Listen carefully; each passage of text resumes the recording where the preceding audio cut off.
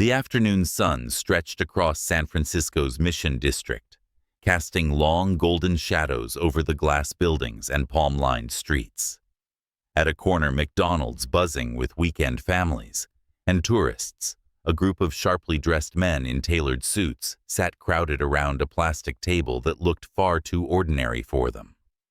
Among them was Blake Harrison, 35 years old, white, handsome, and unmistakably powerful. His posture, his tone, even the way he stirred his coffee, carried a quiet arrogance that came only from a man who had never heard the word no. Blake was the founder and CEO of Harrison Tech, one of Silicon Valley's biggest cybersecurity firms. His name appeared in Forbes twice a year. His mansion in Palo Alto was featured in Architectural Digest.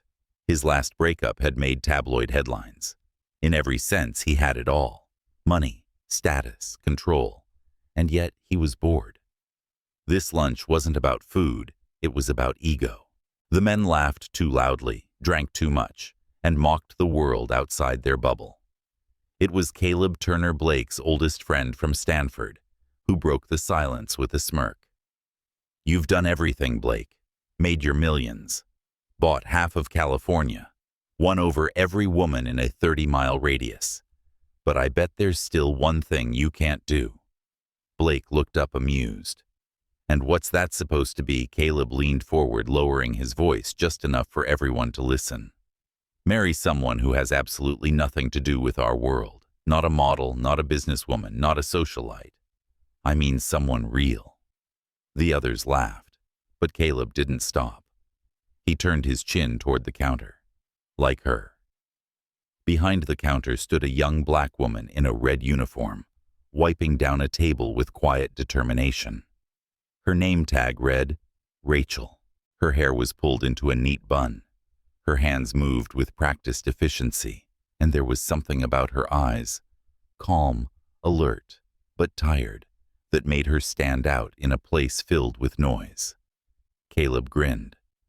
"I bet you $2 million you can't make her fall for you and marry you." The table erupted in laughter. Blake smirked. $2 million. That's pocket change, Caleb. Then prove it. Caleb challenged. No contracts, no deals, no tricks. A real marriage.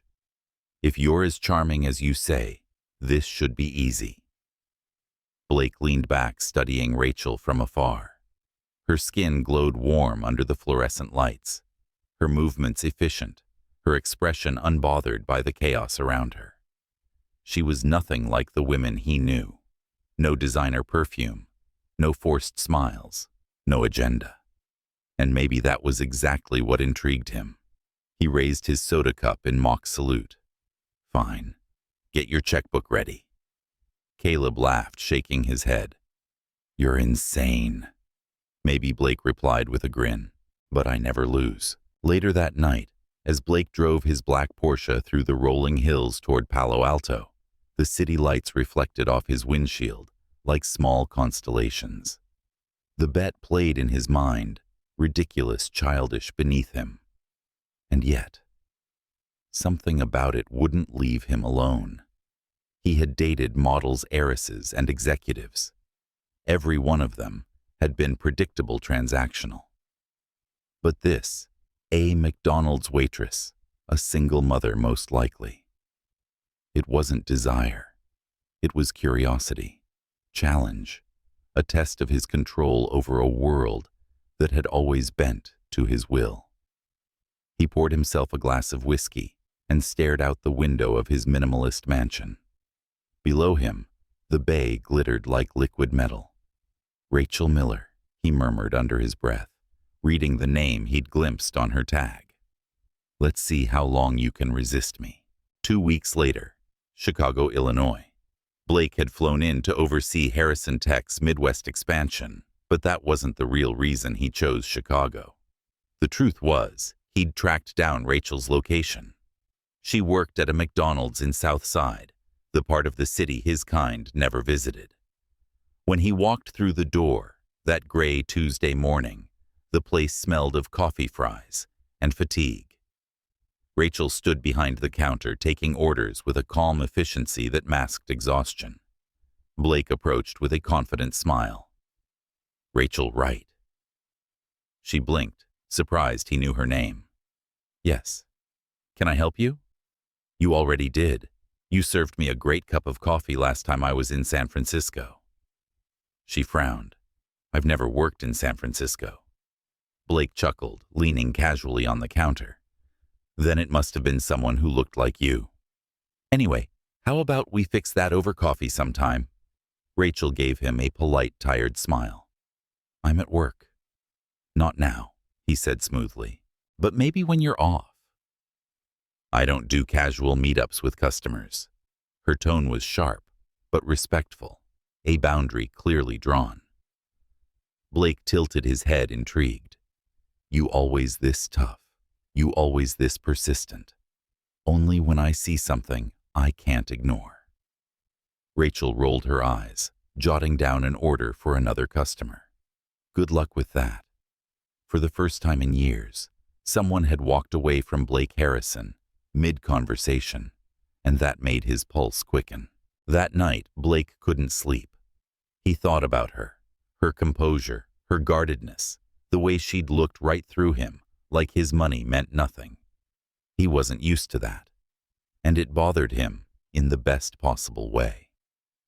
What had started as a joke among friends now felt personal. Not romantic, not yet, but personal.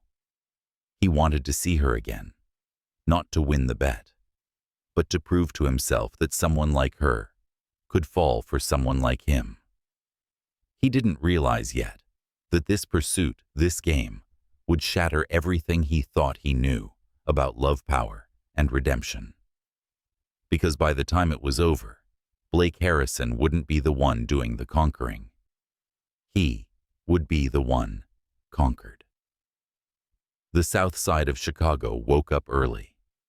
Before dawn, the elevated trains rumbled overhead, and the streets filled with the scent of asphalt rain and the promise of another long day.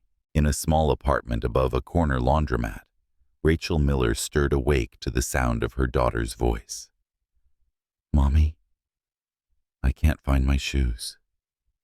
Rachel smiled faintly, her exhaustion softened by the sight of Chloe, 5 years old, bright-eyed and full of questions.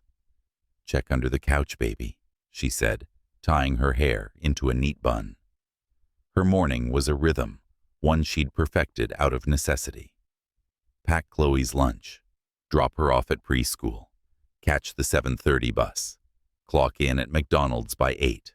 No pauses, no breaks, no one to help.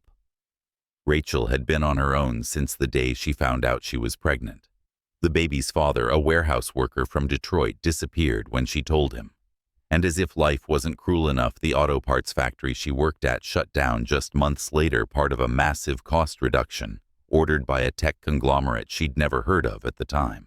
That decision had forced her to leave Detroit with a newborn, scraping together enough to survive in Chicago.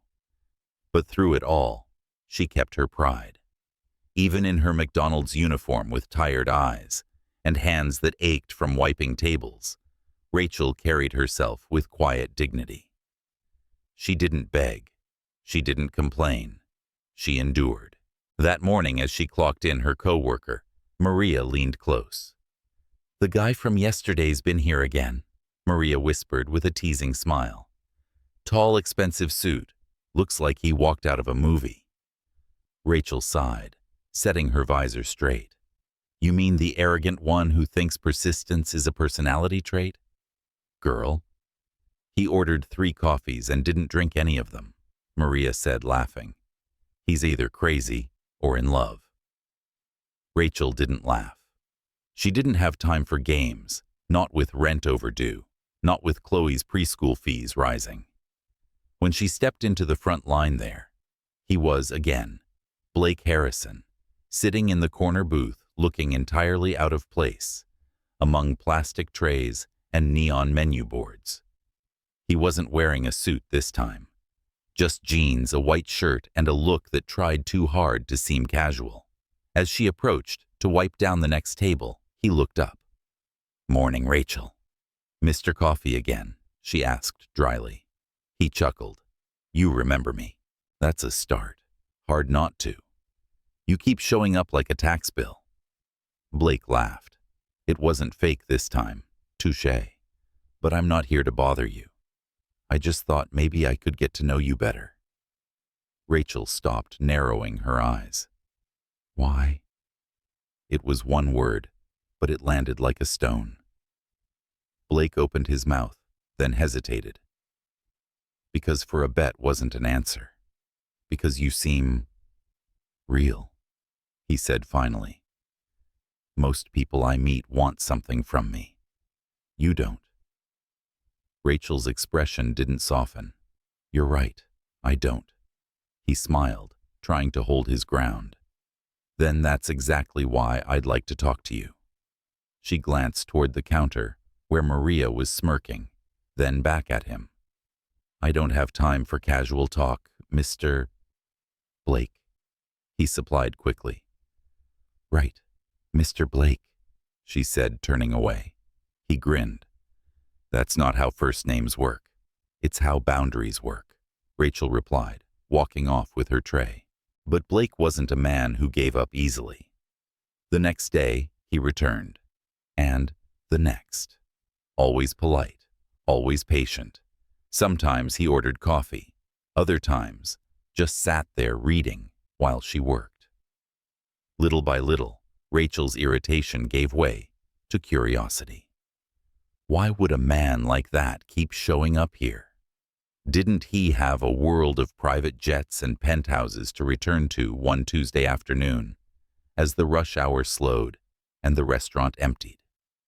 Blake approached again, not with confidence this time, but with quiet sincerity. Look, Rachel, I get it. I probably come across as arrogant. But I just wanted to ask for one thing. One coffee. No strings attached. She studied him, noticing how tired he looked, as if the charm had melted into something more human. There was no smirk this time. No game. One coffee, she repeated. 15 minutes. Then you leave me alone. Deal, he said almost too quickly. They met later that afternoon at a cafe in Lincoln Park, far from McDonald's. Rachel arrived still in uniform, clutching her worn jacket, ready to keep her promise of 15 minutes. Blake stood up when she entered. You came. I said I would, she said, sitting down. Let's make this quick. He smiled faintly. Fair enough. So, how long have you been in Chicago? 5 years, she said. Moved here after the factory shut down. Factory in Detroit. Auto parts. I was laid off right before my daughter was born. Blake froze for a second. Something about that struck him, though he couldn't place why. That must have been hard. Harder for some people, she said, taking a sip of coffee. But you learn to keep moving. No one's coming to save you, right? Her words lingered. They didn't sound bitter, just honest. He leaned forward slightly. And Chloe's her name, right? Your daughter, she nodded cautiously. You remember that I do. You talked about her last time. Rachel tilted her head. So you listen, I try, he said. For the first time she smiled, small, but real. That's new. 15 minutes turned into 45. They talked about music, childhood memories, even favorite movies. Rachel found herself laughing, actually laughing at his dry humor. When it was time to leave, she stood adjusting her jacket. All right, Mr. Blake, that's your one coffee. You mean my first coffee? He said. She shook her head, smiling despite herself. We'll see about that. And with that, she walked out into the cool Chicago air, unaware that her life and his had just crossed a point of no return. That night, as Rachel tucked Chloe into bed, the little girl whispered sleepily, Mommy, why are you smiling? Rachel paused, her heart fluttering with confusion. Why was she smiling? Maybe because for the first time in years, someone had looked at her Not as a worker, not as a single mother, not as someone to pity, but as a woman. She brushed Chloe's curls gently. "Just tired, baby," she said softly.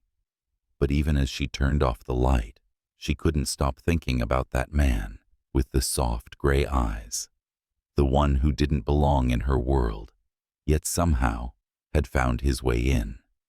It started with rain, the kind that falls without warning, soft but relentless, painting the glass walls of Chicago in glistening streaks. The city pulsed beneath the storm taxis, splashing through puddles, neon signs flickering against the wet pavement, and the faint echo of jazz spilling from an unseen bar. Somewhere between the noise and the silence, Blake Harrison waited. He stood by the window of his hotel suite, overlooking the skyline, one hand in his pocket, the other clutching a cup of untouched coffee. For the first time in years, he felt uncertain. His reflection stared back at him. Perfect suit, perfect hair, perfect posture. Everything about him was still polished, but inside, something had started to fracture. It had been weeks since that afternoon at Lincoln Park. Weeks since Rachel's quiet voice and calm defiance had begun haunting him like a song he couldn't stop hearing. He'd told himself it was curiosity, the thrill of the unfamiliar.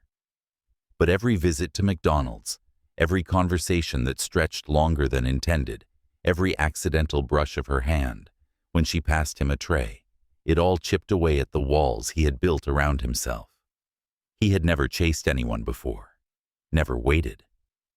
But Rachel Miller was unlike anyone he had ever met. She didn't need him, didn't want what he had.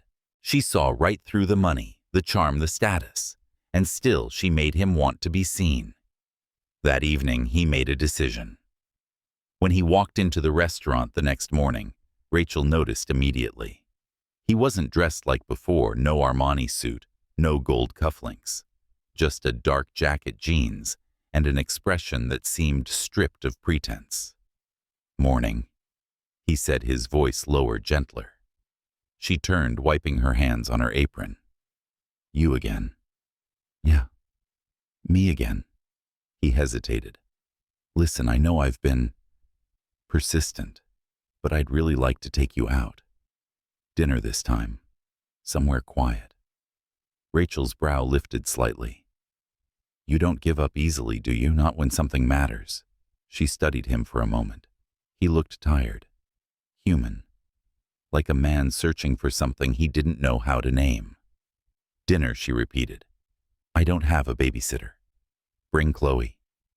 That answer caught her off guard. For a second, she didn't know if he was joking. But when she saw his sincerity, she smiled faintly, almost in disbelief. "Fine," she said. "But don't make it fancy. My daughter thinks chicken nuggets are gourmet." He laughed, and it was the kind of laugh that softened the air between them. The following Friday, he picked them up in a simple black SUV, nothing flashy. Chloe climbed in first, shy but curious, clutching a small pink backpack. Blake greeted her with a smile that didn't feel practiced. "You must be Chloe," he said. "I've heard you're the real boss." She giggled, hiding her face behind her hands. Rachel watched from the passenger seat, surprised by how naturally he spoke to her daughter. There was no stiffness, no forced kindness, just warmth. They drove to a small family diner by Lake Michigan, the kind with red leather booths and photos of old Chicago hanging on the walls. The rain had cleared, leaving the night air crisp and bright. Over dinner, Chloe talked about school and her favorite cartoons, her words tumbling out with the reckless honesty only children had. Blake listened, genuinely amused. Rachel caught him watching her daughter, and for the first time, she saw something unguarded in his eyes. Later, when Chloe fell asleep in the car on the drive home, Rachel spoke quietly. "She likes you." Blake smiled. "I like her too. She reminds me what happiness is supposed to look like. You sound like someone who forgot." He exhaled softly. Maybe I did. When they stopped in front of her building, Rachel turned to him. You don't have to pretend, Blake. We're from different worlds. This, whatever this is, doesn't have to mean anything. He looked at her, rain streaking across the windshield like silver veins. It already does. Days turned into weeks, and the line between pretense and truth began to blur.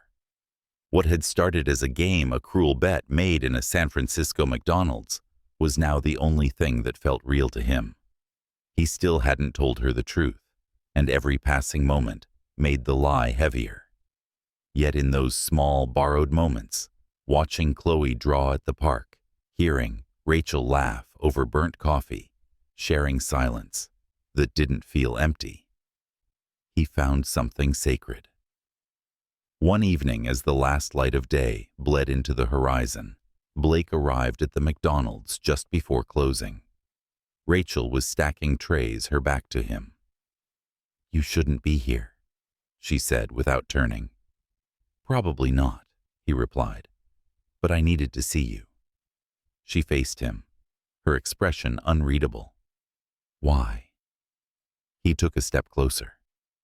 Because I can't stop thinking about you, about Chloe, about how different my life feels when I'm near you. Blake. She started shaking her head. I know I'm not part of your world, and maybe I never will be, but I want to try. I want to give you both something better. Rachel stared at him, speechless. You barely know me. I know enough, he said. I know that you're strong, that you work harder than anyone I've ever met, that you love your daughter more than life itself. I know that every time I walk away from you, I feel like I'm leaving behind something I've been searching for. She tried to hold on to her composure, but his voice, the sincerity in it, cracked something open inside her. This isn't a movie, she whispered. This isn't real life for people like me. He stepped closer. Maybe it could be. And before she could respond, he reached into his pocket and pulled out a small velvet box. Her breath caught. Blake. No. He opened it, revealing a simple silver ring. No diamonds, no flash, just quiet promise. I'm not asking you to believe in miracles, he said softly. Just in me. Let me take care of you, of Chloe. Let me build a life with you. For a long moment, all she could hear was the faint hum of the refrigerator and her own heartbeat pounding in her chest. You can't be serious, she finally said. You don't even know how I take my coffee. He smiled sadly. Then marry me and let me spend the rest of my life finding out. Tears welled in her eyes before she could stop them. Blake, my life isn't simple. I can't just walk into your world. Then I'll walk into yours. It wasn't a line. It wasn't a performance. He meant it, and somehow she knew. She closed her eyes, fighting a battle between logic and longing. Chloe's face flashed through her mind, her laughter, her innocence. Maybe, just maybe, this could be the chance she'd prayed for in silence all these years. When she opened her eyes again, she whispered, All right, but not for me, for her. Blake nodded, emotion flickering across his face. That's enough. He slipped the ring onto her trembling hand. It fit perfectly, as if it had always been meant for her. The weeks that followed felt like a dream she couldn't quite believe. Their wedding was quiet, held in a small courthouse near the lake. No reporters, no designer gowns, no champagne towers, just 2 signatures, a promise, and a little girl who clapped when her mother kissed the man she was still learning to trust. Afterward, Blake moved Rachel and Chloe into his glass-walled mansion in Palo Alto. It wasn't opulent in her eyes. It was surreal. Marble floors, art that cost more than her entire apartment, a garden she didn't dare walk into barefoot. Rachel tried to adjust, but the air felt different there, thin, cold, filled with silences she didn't understand. The house staff smiled politely, but avoided her eyes. His friends' wives whispered at charity events. She could feel their judgment in every lingering glance. One night, unable to sleep, she found Blake in his office surrounded by glowing computer screens. He looked up when she entered. "Can't sleep?" he asked. "I'm not used to beds this soft," she said with a faint smile. He chuckled, but it faded quickly. "You're not happy here, are you?" "I'm trying," she admitted. "It's just not my world." He stood walking toward her. "Then let me make it yours." "It's not about the house," she said quietly. "It's about feeling like I belong." Her honesty hit him harder than any accusation could. For the first time, Blake realized money could buy silence, admiration, obedience, but not belonging. He reached out, brushing a strand of hair from her face. "Rachel, you don't have to change. You already belong with me." Her eyes glistened. "I want to believe that." He kissed her, then softly, reverently, like a man trying to erase every wall between them. For a moment, the mansion felt alive. The rain outside had stopped. The night was still. And for the first time since she'd stepped into his world, Rachel allowed herself to hope. But even as she leaned into him somewhere deep inside, she felt a shadow. Something unspoken. Something waiting to surface. She didn't know yet that Blake's secret, the reason behind their beginning, would soon rise like a storm over everything they'd built. And when it did, love alone might not be enough to hold them together. Morning arrived in fragments, sunlight spilling through the high windows, birds circling above the glass balcony, the faint hum of the city beyond the hills of Palo Alto. Rachel stood in the middle of the kitchen, barefoot, on the cold marble floor, the smell of coffee drifting through the air. It should have felt like comfort, like peace. But it didn't. The house was too quiet, too perfect. It felt like a museum of someone else's life, and she was only visiting. Blake had left early for meetings at Harrison Tech. He always did. She heard the door close hours ago, the distant sound of his car rolling down the driveway. He had kissed her forehead before leaving, murmuring, "Get some rest," the same words he always said. It was tender, yes, but mechanical, as if affection had become part of his routine. Chloe was in the living room, drawing on the floor with colored pencils, her soft hums filling the silence. Rachel watched her for a moment, the little girl's curls falling across her cheeks, so alive and unbothered by the vastness around her. The house seemed to swallow their laughter.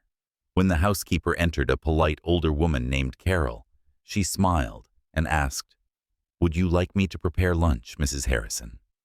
The name still sounded foreign. Rachel hesitated before answering. "Just something simple." "Thank you." Mrs. Harrison. The words hung in her mind long after Carol left. They felt like a title she hadn't earned. The first few weeks of marriage had been a blur of adjustments, expensive dinners, charity events, photo ops Blake tried to avoid. For him, it was business as usual. For her, it was another world entirely. She'd learned to smile through conversations about luxury brands she'd never heard of, and vacations to places she couldn't even picture. People asked polite questions with sharper undertones. "Where did you meet? What does your family do? You worked," where their curiosity disguised as kindness. But behind the social niceties, she saw it in their eyes. The disbelief that a man like Blake could ever love a woman like her.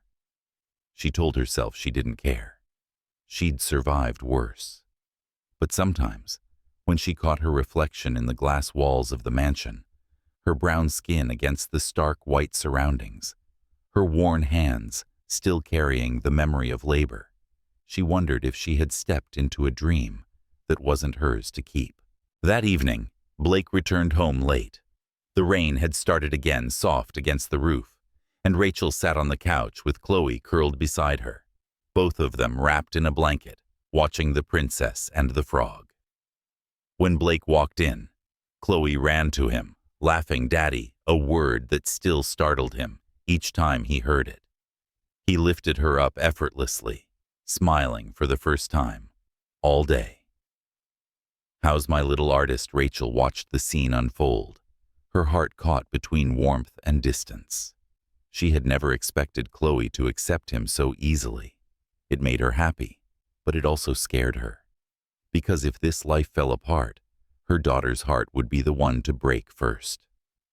After putting Chloe to bed, Rachel found Blake in his office surrounded by glowing screens filled with charts and emails. His eyes were heavy, but his focus unbroken. The room smelled of coffee and exhaustion. "You work too much," she said softly, leaning on the doorframe. He looked up and smiled tiredly. "That's what CEOs do." "You're also a husband now," she reminded him. "I haven't forgotten," he said, standing and walking toward her. He brushed a hand along her arm, his touch gentle, but distracted. "This deal I'm closing, it could change everything for the company." "And what about us?"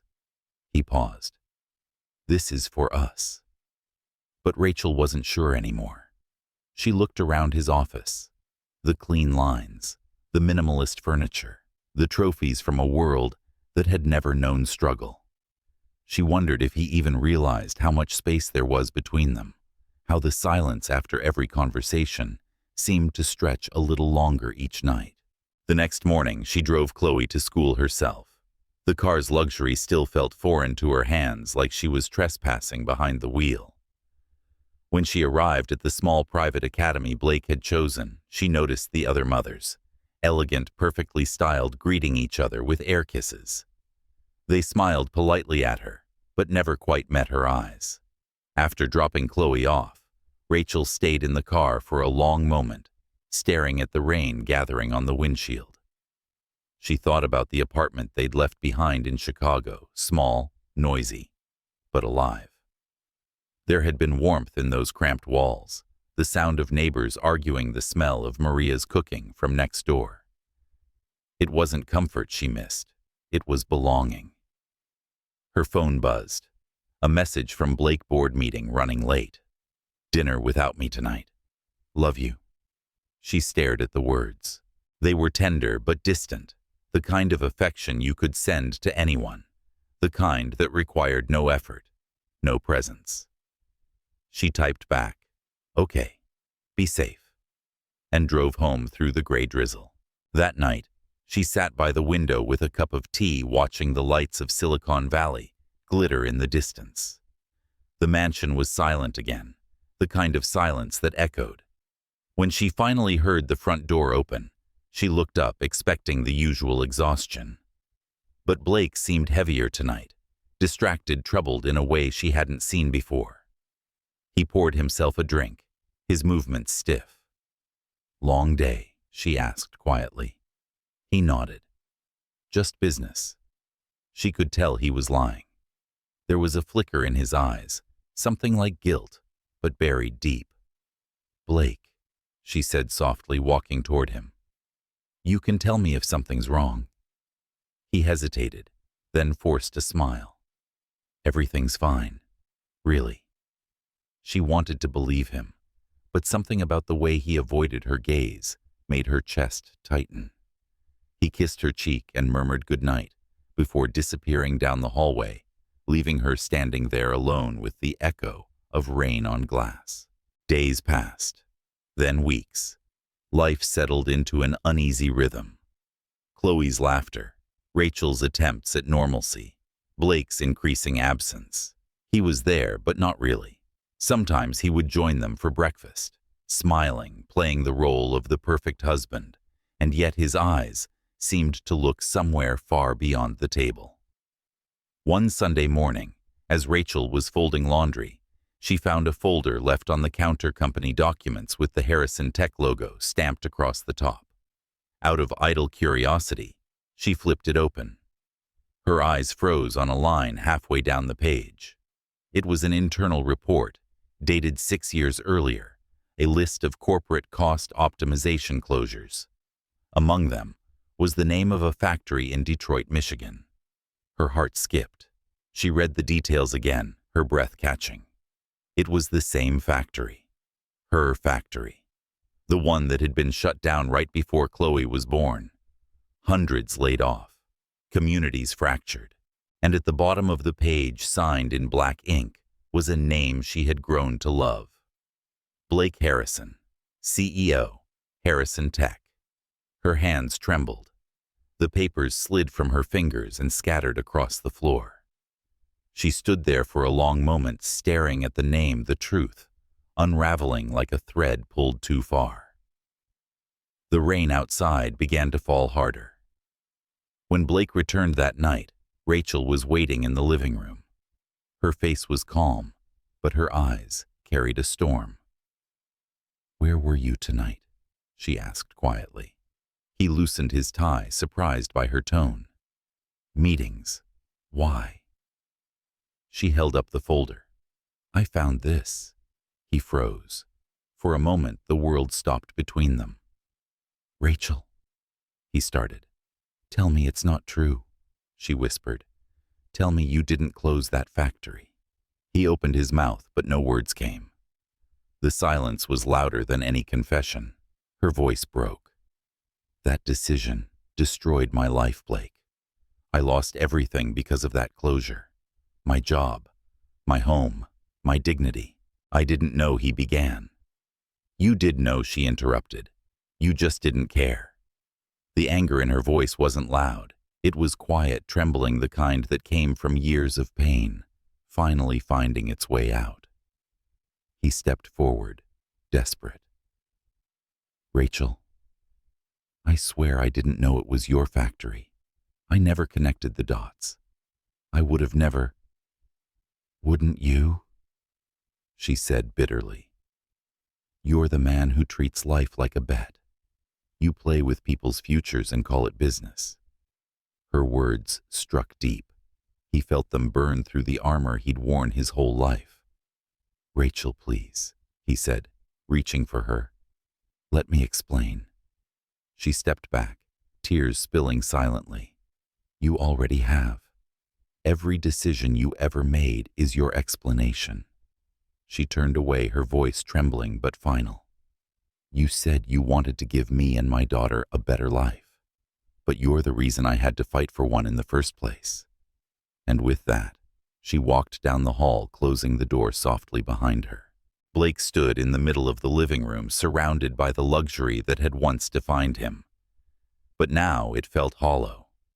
The chandeliers, the polished marble, the quiet perfection. Everything was suddenly meaningless. He looked at the papers on the floor, the ink of his own name bleeding faintly where her tears had touched it. For the first time in years, Blake Harrison realized what it meant to be powerless. Not because of money, but because the one thing he truly wanted, forgiveness, was no longer his to buy. The next morning, the air in the mansion was heavy, motionless, like the pause between thunder and lightning. Rachel hadn't slept. She sat by the window of the guest room she'd moved into overnight, her body still, her thoughts spinning like broken glass.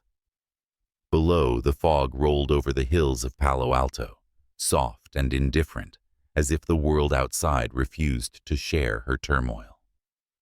In the hallway, she heard Blake's footsteps, slow, careful, almost hesitant. He stopped by the door, lingered, but didn't knock. For once, the man who had conquered boardrooms, dictated million-dollar deals, and charmed entire rooms of strangers, couldn't find the courage to open a single door. When he finally did, his voice was fragile. "Rachel." She didn't turn. "You should have stayed in San Francisco. That's where you belong." "I don't belong there anymore," he said quietly. "Not since you." Her eyes stayed fixed on the fog outside. "You're the reason I lost everything, and now you want me to believe you've changed. I didn't know it was your factory," he said again, the same desperate line that sounded smaller each time he said it. I was a different man then. That's convenient, she whispered, standing. You were always a man with the luxury to choose what kind of person you could be. I never had that choice. Blake flinched at the truth in her words. She finally faced him, eyes red, but voice calm. You turned my life into a statistic, and now you want to turn your guilt into redemption. But this isn't about you, Blake. Not anymore. Then she walked past him, leaving him in the doorway, staring at the emptiness she left behind. He didn't go to work that day, or the next. He sat in his office, replaying everything: her voice, her tears, the papers scattered on the floor. The silence was suffocating. Even Chloe's laughter from the other side of the house couldn't reach him anymore. Caleb's voice echoed in his mind, that laugh that bet that moment of arrogant pride in San Francisco. I bet you can't marry someone like her. He had accepted that dare with a smirk, and now he was paying the price of every careless decision he'd ever made. That night, he drove aimlessly through the city, past glowing towers under bridges where the rain turned to mist, until he ended up downtown, near Harrison Tech headquarters. The building loomed like a monument to his ambition, all glass and metal, cold and magnificent. His reflection on the lobby doors looked like a stranger. Inside, the night staff nodded respectfully as he passed, but their eyes flickered with curiosity. He was a man everyone admired, but no one truly knew. In his private office on the top floor, he turned on the lights and looked at the framed photographs lining the wall: awards magazine covers, and one photo of him and Caleb shaking hands after the company's first IPO. They both looked invincible. Blake took it off the wall. The glass cracked in his hand. That's when he made the decision, quiet but absolute. The next morning, Rachel woke to find the mansion unusually empty. The staff were gone, the house eerily still. Only Chloe's laughter echoed faintly from the garden, where she played with her doll under the sun. Rachel walked into the living room and froze. The furniture had been rearranged, the framed photos of Blake's company gone, his laptop, his briefcase, his suits, all missing. On the coffee table there was only a letter folded neatly beside her wedding ring. Her heart clenched. She picked it up, unfolding the heavy paper. Rachel, there are no words strong enough to undo what I've done, not to the factory, not to you, not to the people whose lives I treated like numbers on a chart. But I want to try, even if it takes the rest of my life. I can't keep living in this house pretending I deserve it. I'm going back to Detroit, to fix what I broke. I won't ask you to forgive me, and I don't expect you to wait. I just need you to know you changed me. You made me see what kind of man I never want to be again. Blake. The letter slipped from her hand. She stared at the ring beside it, the metal glinting in the soft light. Detroit. The word carried the weight of her past, of broken promises, sleepless nights, the sound of factory machines shutting down one final time. Part of her wanted to stop him. Another part, the part still bruised, told her to let him face what he'd created. Detroit was gray that winter. Factories that once roared with life now stood in silence, their windows shattered, graffiti swallowing the walls. The air smelled of rust and rain. Blake walked down a street lined with closed shops and hollow houses. He had left behind his suits. Now, in worn jeans and a wool coat, he looked like any other man who had seen better days. He rented a small apartment near the old industrial district where the city's heartbeat had once been loudest. The first thing he did was visit the site of the factory. The gates were locked, the metal rusted. The name Harrison Tech Manufacturing Plant was barely visible under layers of dirt. Blake pressed his hand against the cold steel, remembering the signature he had once written so casually, the one that had ended it all. A security guard emerged from a booth. "Sir, this area is closed."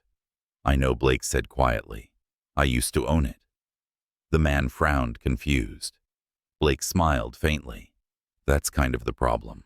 Over the following weeks, he began reaching out to the people whose lives the closure had affected. Former employees, families, community organizers. Some refused to speak with him. Others cursed him to his face. But he listened, really listened for the first time in his life. He learned about the woman who lost her home, the man who never found work again, the teenage son who joined a gang after his father's layoff.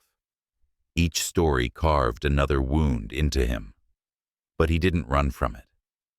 One day he found an old employee named Harold Green, who had worked there for 30 years. "You're the man who shut us down," Harold said, standing on the porch of his modest house. His eyes were sharp, but tired. "Yes," Blake said simply, "and I'm the man who's here to make it right." Harold laughed bitterly. "Make it right? You can't bring back 30 years, son. You can't fix what greed broke." "I know," Blake said, "but I can start something new. A community fund, training programs, jobs, whatever I can do to help rebuild." The old man studied him for a long moment. "Why now?" Blake's answer came softly. "Because someone I love taught me what it feels like to lose everything." Months passed. He worked tirelessly, meeting with city officials, investing his own fortune, restoring what was left of the factory into a community innovation center. It wasn't about redemption anymore. It was about responsibility. Word spread quickly. The man once blamed for the city's downfall was now helping it rise again. Some accepted his help. Others still looked at him with anger. But Blake didn't expect gratitude. The work itself was his punishment and his salvation. He started to sleep better at night. He no longer woke to the silence of a mansion, but to the distant hum of construction outside, the sound of people building again. Still, every evening he thought of Rachel and Chloe, of laughter echoing through marble halls, of her voice, saying his name, not with anger, but tenderness. He kept her letter on his desk, the one she wrote weeks later after he left. "I don't know if I hate you or miss you, Blake. Maybe both. I see Chloe drawing your name in hearts, and I wonder if it's fair to her to keep pretending you were a mistake. I can't forgive you yet, but I can't stop hoping you'll become the man I thought you were." Those words became his compass. One afternoon, under a gray Detroit sky, Blake stood outside the newly renovated center. The sign above the entrance read, "The Miller Harrison Foundation for Renewal," a name he insisted on. Inside, workers were preparing for the opening ceremony. He watched them move, their laughter filling the air, their energy raw and real. For the first time in years, Blake felt grounded, human. But as the crowd gathered that evening, he noticed a figure standing at the edge of the street. A woman in a long beige coat, her curls damp from the drizzle, her eyes searching through the crowd. Rachel. He froze. The noise around him faded. She looked different, stronger, calmer, but her gaze carried the same fierce honesty that had undone him the first time they met. She walked toward him slowly.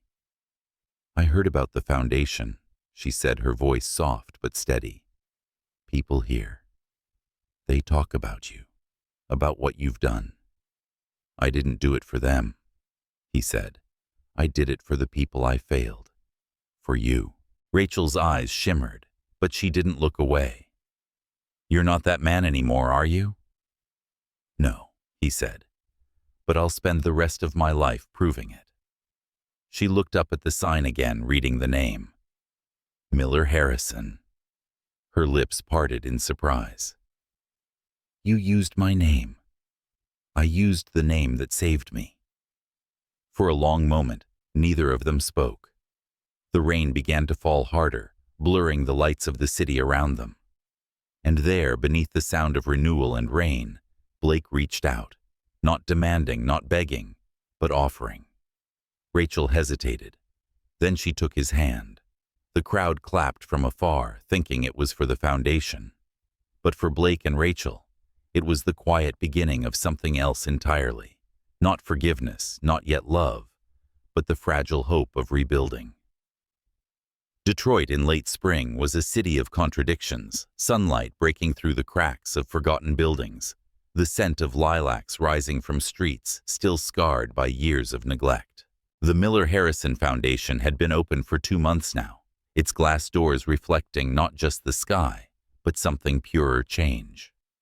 Blake stood at the entrance that morning, watching as people streamed in and out, former factory workers now mentoring younger generations, children running through the courtyard, where broken concrete once lay.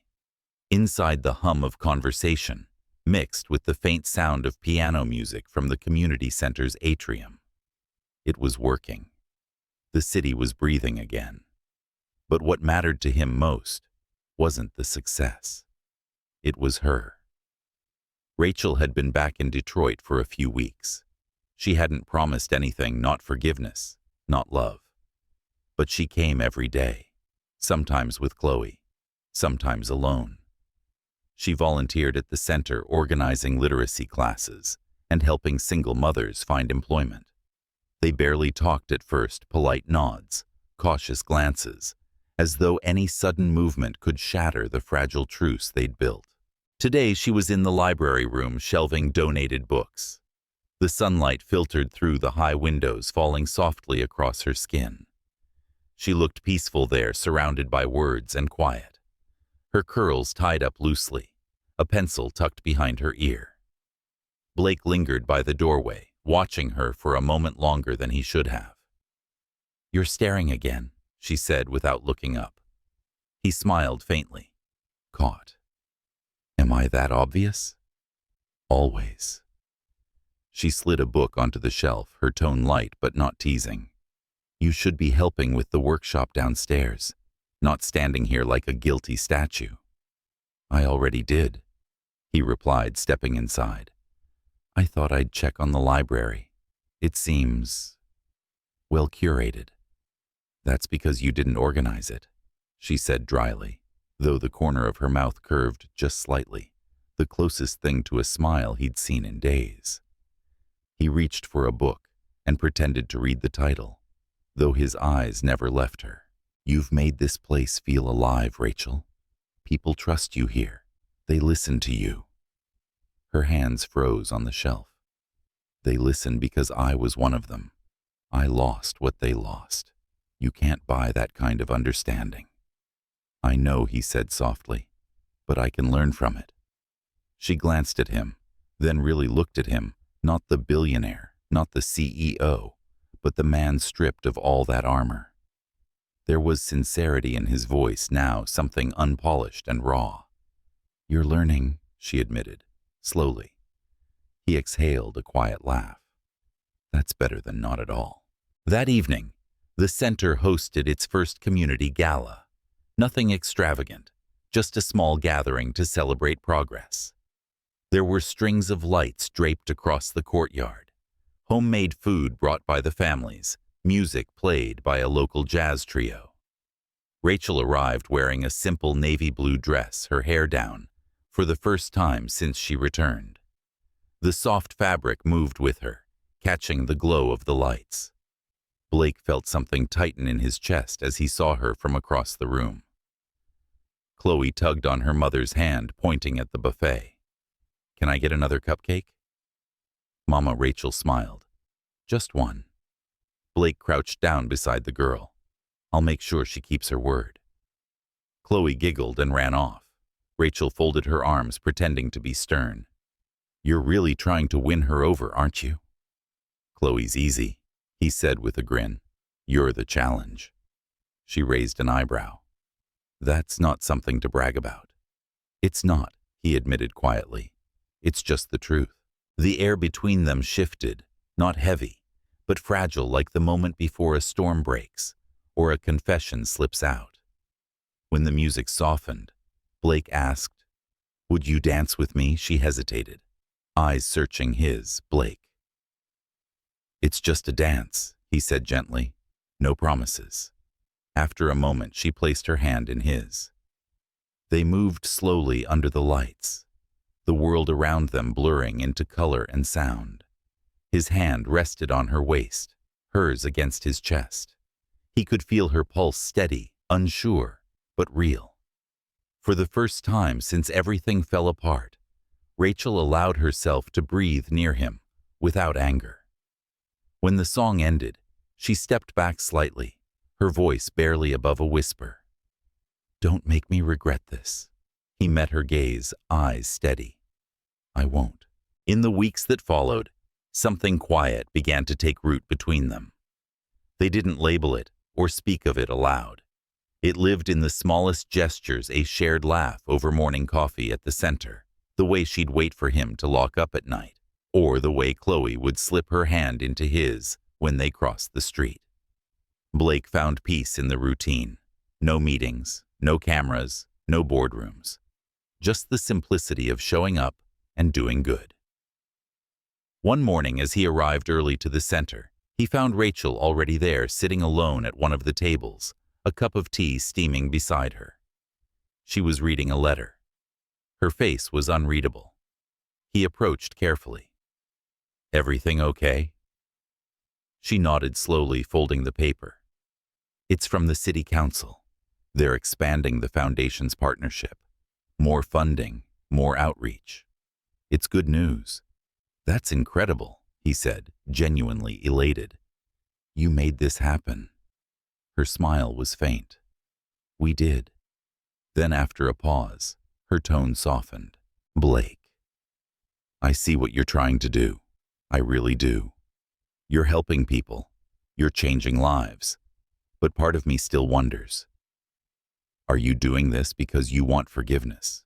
Or because it's the right thing?" He looked down, thoughtful. "Maybe it started as the first, but somewhere along the way it became the second." Rachel studied him for a long moment. "I want to believe that." "Then believe it," he said quietly. "Not for me, for yourself." Something in his voice made her chest tighten. A few days later, a storm hit Detroit. Heavy rain hammered the rooftops, flooding the streets. Blake was at the foundation late into the night, checking on the shelters they had arranged. The phone wouldn't stop ringing, people calling for help, volunteers coordinating supplies. When Rachel arrived, drenched from the downpour, he looked up in surprise.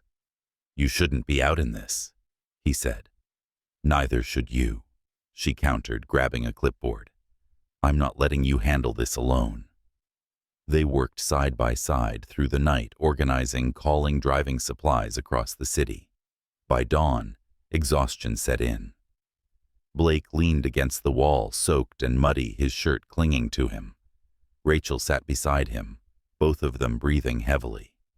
The first light of morning cut through the clouds, casting a golden hue over the broken streets. He turned to her, his voice low. "You once told me I didn't understand what it meant to lose everything. I remember." He smiled faintly. "I think I understand now. Because when I lost you, Rachel, I lost the only thing that ever made me want to be better." She looked at him, really looked. There was no arrogance in him anymore. No pretense. Just a man stripped of all his armor, covered in rain and dirt, yet somehow cleaner than he had ever been. "Don't say things you can't keep," she whispered. "I'm not making promises this time," he said. "I'm just telling the truth." The sound of distant thunder filled the silence between them. Rachel's hand trembled slightly, then rested over his. For the first time, she didn't pull away. Weeks later, the center hosted a small celebration for the volunteers who'd worked through the storm. The room was filled with laughter stories and the smell of fresh bread. Blake stood quietly at the edge, watching Rachel speak to the group, poised, radiant, her voice carrying a warmth that seemed to pull everyone closer. When she finished, the crowd applauded, and for a fleeting moment, their eyes met. There it was, that quiet spark he thought he'd lost forever. Later that night, as they locked up the center, Rachel lingered by the door. "Blake," she said softly, "I've been thinking a lot about us. About everything." He waited, heart in his throat. "I can't pretend the past didn't happen. I can't erase what you did." Her voice was calm, but heavy with emotion. "But I see who you are now. And maybe that's enough for a new beginning." He took a slow step closer. "A beginning," she nodded. "A fragile one." Blake smiled, not the confident grin he once wore, but something humbler, truer. "I'll take fragile. It's real." She exhaled her tension, melting into the quiet air between them. Outside, the city lights shimmered against the wet pavement reflections, bending like memories reborn.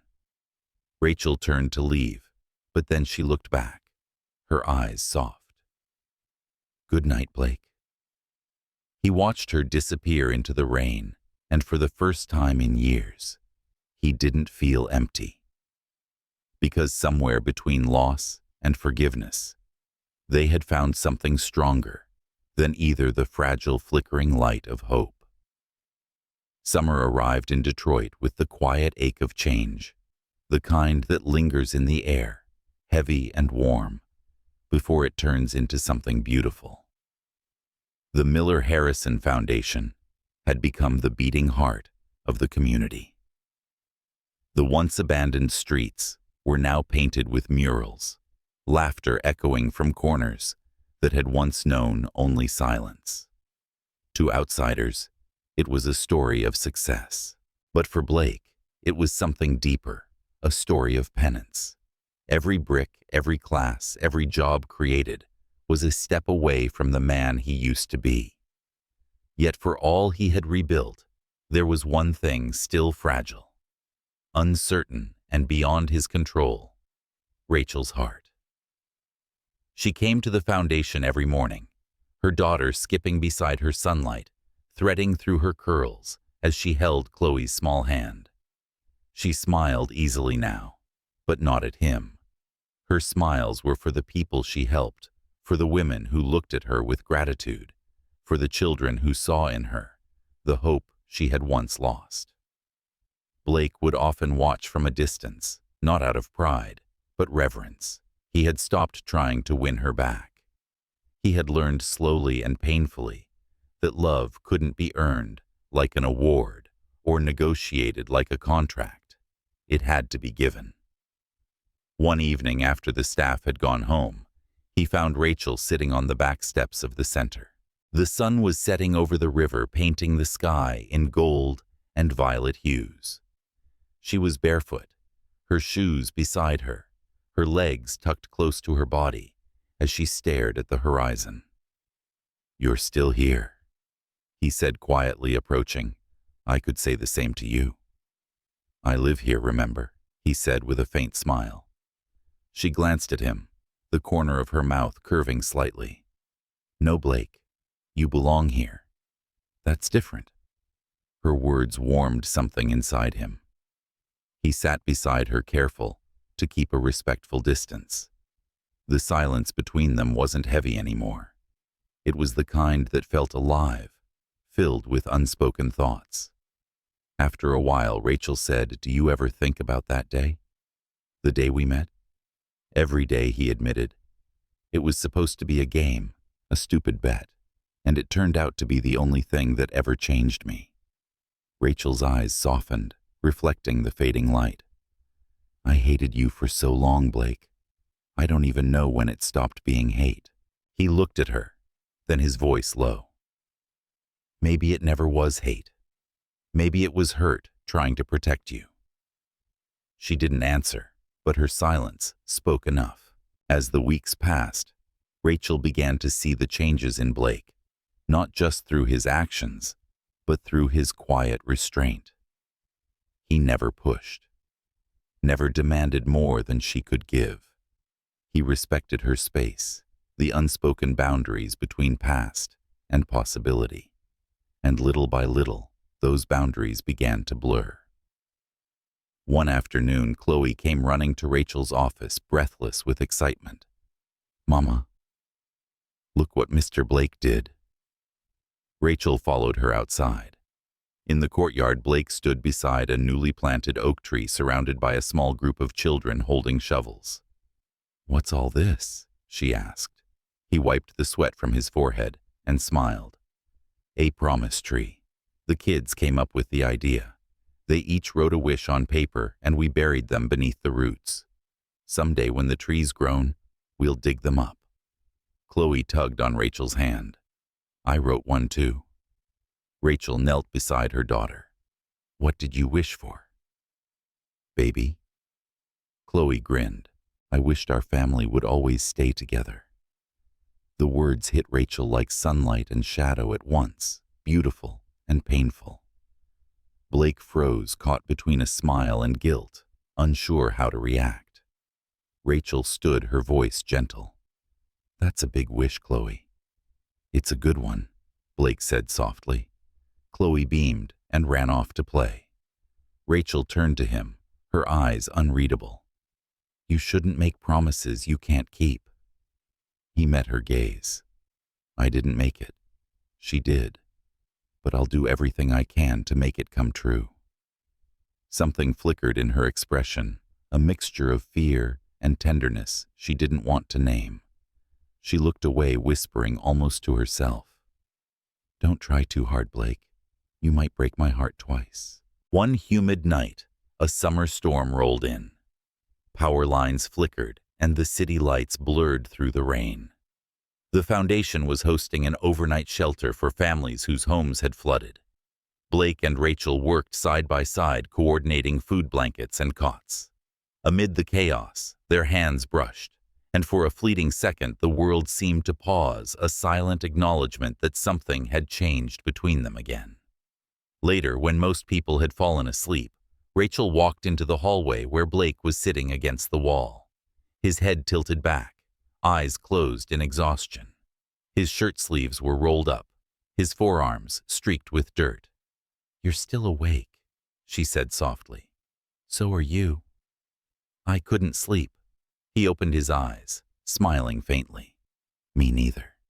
Feels strange, doesn't it? Helping people like this. It used to be business strategy. Now it's just human." Rachel leaned against the opposite wall. "That's the difference, Blake. You used to save companies. Now you save people." He looked down, his voice quiet. "I'm still trying to save one person in particular." Her breath caught, but she didn't respond. She just sat beside him, close enough for their shoulders to brush. The thunder outside rolled softly.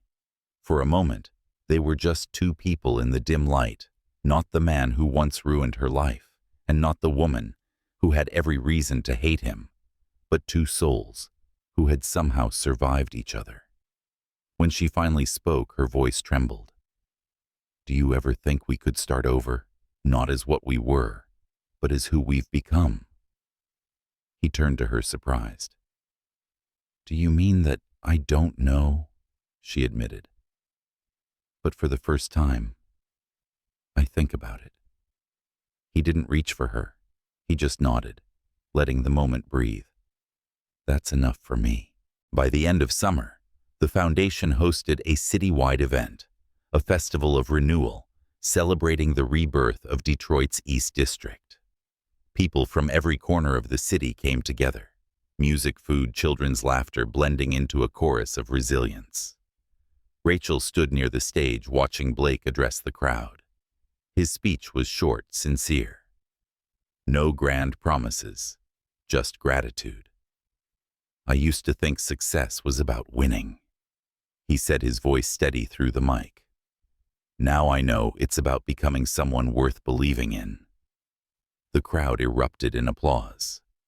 Rachel felt something tighten in her chest. He wasn't the same man anymore, and maybe she wasn't the same woman either. When the event ended and the sun began to sink, she found him by the riverbank behind the center. the same spot where they had spoken months ago. "You were good up there," she said. He smiled. "I had a good editor." She rolled her eyes lightly. "I didn't write your words." "No," he said, "but you made me want to say them." They stood in silence, the air filled with the scent of summer rain and distant laughter. "I keep thinking about what you said that night," Rachel began. "About losing me." He looked at her, waiting. "You didn't just lose me, Blake.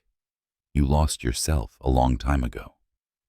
But maybe you finally found both of us again." He took a slow breath, his voice low and rough. "I don't want to rush you. I just want to be near you. Even if it's like this, between forgiveness and love." She stepped closer, her heartbeat quickening. "And what if someday it's not between anymore? Then I'll thank the universe for giving me a second chance," he whispered. Her eyes met his, and for the first time in a long time, she didn't look away. The sunset bled into the water, casting their silhouettes in gold. Rachel reached up her fingers, brushing his cheek, tentative, uncertain, but real. "Maybe it's time," she said softly, "for what he breathed, for the past to stop hurting." And then she kissed him gently, like forgiveness unfolding in slow motion.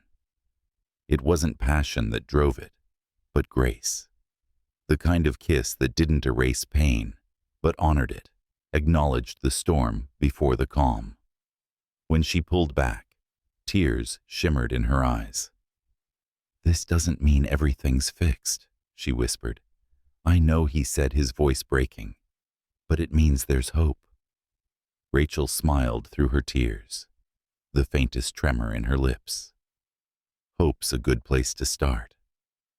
As night fell over Detroit, the lights of the foundation glowed softly behind them, a beacon of what had been broken and rebuilt. And for the first time, the distance between forgiveness and love didn't feel impossible. It felt like a bridge. They were finally crossing, hand in hand. Autumn arrived like a quiet sigh over Detroit, brushing gold across the trees and softening the sharp edges of the city. The Miller Harrison Foundation thrived, no longer a story of redemption, but of resilience. People no longer whispered Blake Harrison's name with bitterness. They spoke it with respect as the man who helped rebuild what he once destroyed. But even as the city healed, Blake knew the only forgiveness that truly mattered wasn't one that could be measured in headlines or achievements. It was the one that lived in Rachel's eyes. They had grown close again, but not carelessly. Their bond was a slow burn shaped by honesty, humility, and time. Rachel still guarded her heart with quiet strength, but she no longer looked at Blake as a ghost from her past. She saw the man he had become, one who no longer led with pride, but with purpose. On a crisp October morning, Rachel arrived at the foundation early, her breath misting in the cool air. The smell of coffee drifted from the kitchen where Blake stood by the counter, sleeves rolled up, stirring sugar into 2 cups. She paused at the doorway, a faint smile tugging at her lips. "I didn't think you even knew where the sugar was," she teased. He turned, that familiar half-smile breaking through. "I've learned a few things, like how you take 2 spoons, not 1. She accepted the cup, their fingers brushing lightly. "That's impressive." "I'm a fast learner," he said, though there was warmth instead of arrogance in his voice now. "Want to see what else I've learned?" "That depends," she replied, sipping. "Does it involve spreadsheets or power tools?" "Neither." He set down his own cup and gestured toward the door. "Come with me." Outside, the courtyard was blanketed in fallen leaves, the oak tree standing tall in the center, the promise tree they had planted with the children months ago. The leaves shimmered in the morning light, rust and amber, like fire and memory. Blake bent down and dug carefully near the base of the tree. Rachel frowned. "What are you doing?" He looked up, smiling faintly, fulfilling a promise. A few inches down, he unearthed a small metal box, brushed off the dirt, and opened it. Inside were dozens of folded papers, the children's wishes. He picked up one, its ink faded and edges damp, and handed it to her. Rachel opened it carefully. The handwriting was crooked, unmistakably Chloe's. "I wish our family will always stay together." Rachel's throat tightened. She really meant it. Blake nodded. "She did. And I want to too." Her eyes lifted, meeting his. For a moment, the world around them blurred, the wind, the rustling leaves, the city's hum fading into stillness. "I don't expect things to be perfect," he said quietly. "I just want to build something real. For you, for Chloe, for all of us. I don't have much left to offer, except the truth." Rachel took a deep breath, her eyes softening. "Blake, you already gave us the one thing I never thought I'd have again. Peace."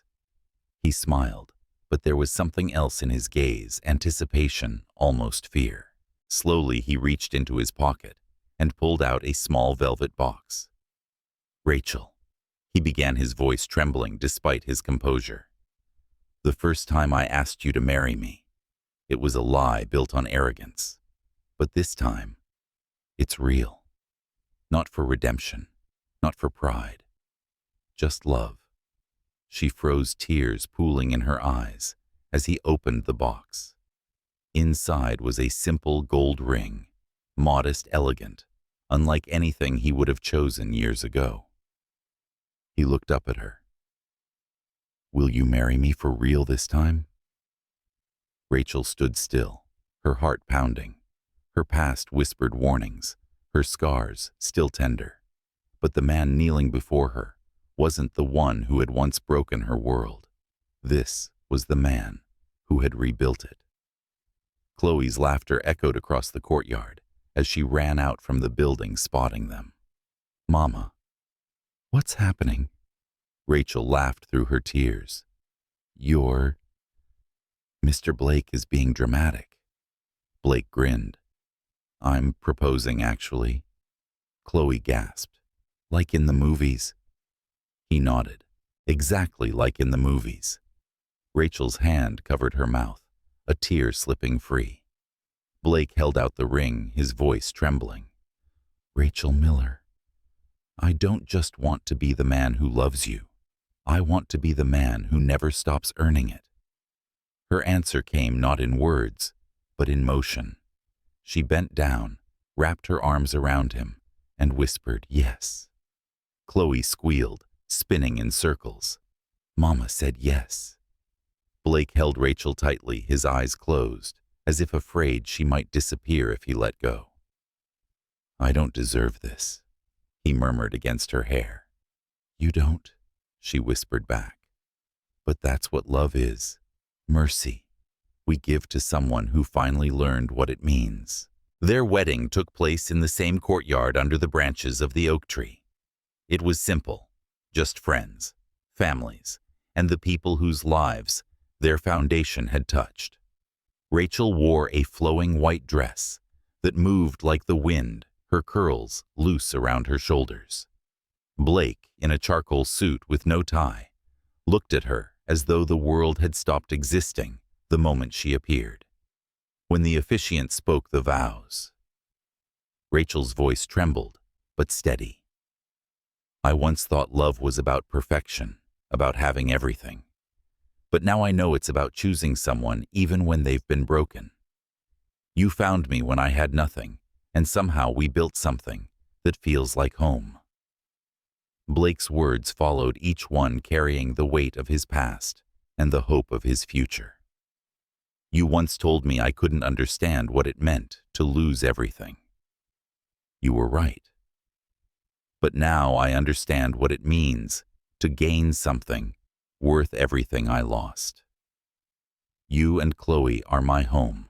When he slipped the ring on her finger, Rachel's hand trembled. Their eyes met, and in that glance was everything: pain, forgiveness, and the quiet joy of two people who had finally outrun their ghosts. The crowd erupted in applause as they kissed not the fevered kiss of fairy tales, but something deeper. A promise sealed not in fantasy, but in truth. Chloe ran up between them, throwing her arms around their legs. "Now we're a real family," she said, her voice full of innocence and wonder. Blake lifted her up, laughing through tears. "We always were, sweetheart. We just had to find our way home." Years passed, but some moments stayed eternal. The oak tree grew tall and wide, its roots stretching deep into the soil. Beneath its shade, children played every summer, Chloe among them, now older, her laughter still the brightest sound in the courtyard. Inside the foundation, Rachel oversaw new programs for women and families, her voice commanding but kind. She had become a symbol of strength in a city that had once broken her.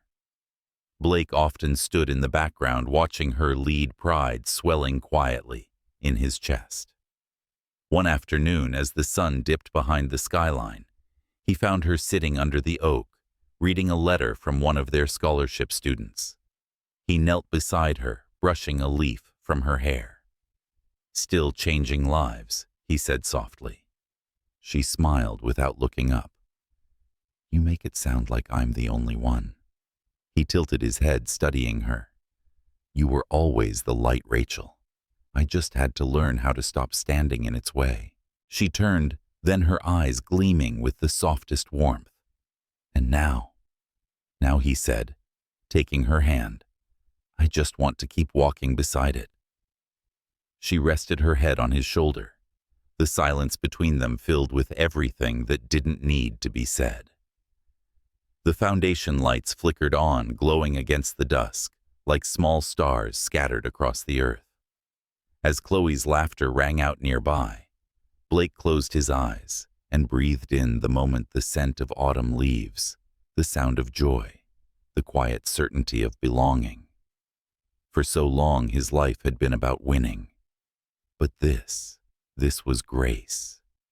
And under the branches of that oak, once born from a child's wish, Blake Harrison finally understood that some promises don't end when they're fulfilled. They simply keep growing like roots beneath the soil, unseen but unbreakable. That night, after Chloe was asleep, Rachel and Blake stood together on the balcony of their home overlooking the city. The skyline shimmered 1,000 lights, stretching into the horizon. "Do you ever think about how far we've come?" she asked softly. He slipped his arm around her waist. "Every day. And every time, I still can't believe you said yes." She smiled. "I didn't just say yes to you, Blake. I said yes to the man you became." He kissed her temple, his voice a whisper against her skin. "Then I'll spend the rest of my life being worthy of that yes." They stood there in silence, watching the city pulse with life, the city that had broken them, redeemed them, and finally bound them together.